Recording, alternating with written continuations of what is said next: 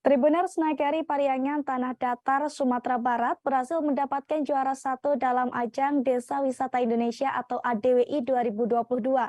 Penghargaan untuk kategori Desa Wisata Berkembang yang berhasil diperoleh Desa Pariangan ini diserahkan langsung oleh Menteri PUPR Basuki Hadimuljono, tepatnya di Gedung Kemenparekraf Jakarta Pusat pada Minggu 30 Oktober lalu.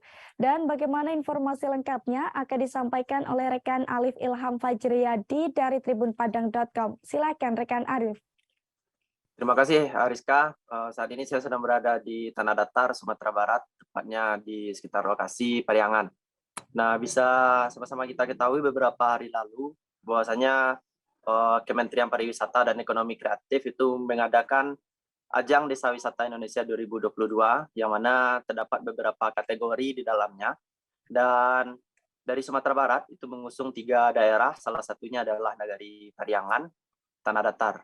Nah, dapat diketahui bersama bahwasanya Nagari Pariangan Tanah Datar ini tembus menjadi juara satu untuk kategori desa wisata berkembang, yang mana hal itu didapatkan dari berbagai tradisi, berbagai sejarah, hingga beberapa tempat-tempat unik yang ada di sekitar itu. Dan di Pariangan juga terdapat beberapa cagar budaya, situs budaya yang hingga kini masih rutin untuk dikunjungi dan dirawat oleh masyarakat setempat.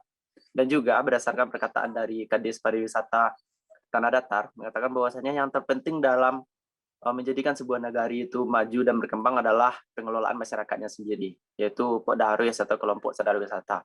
Nah, perlu diketahui juga untuk Tanah Datar ini yang Nagari Pariangan tembus menjadi juara satu desa wisata berkembang itu, untuk penyerahan hadiahnya sebanyak 40 juta itu tidak diserahkan langsung kepada Dinas Pariwisata dan sebagainya, cuma langsung kepada Podarwis tempat.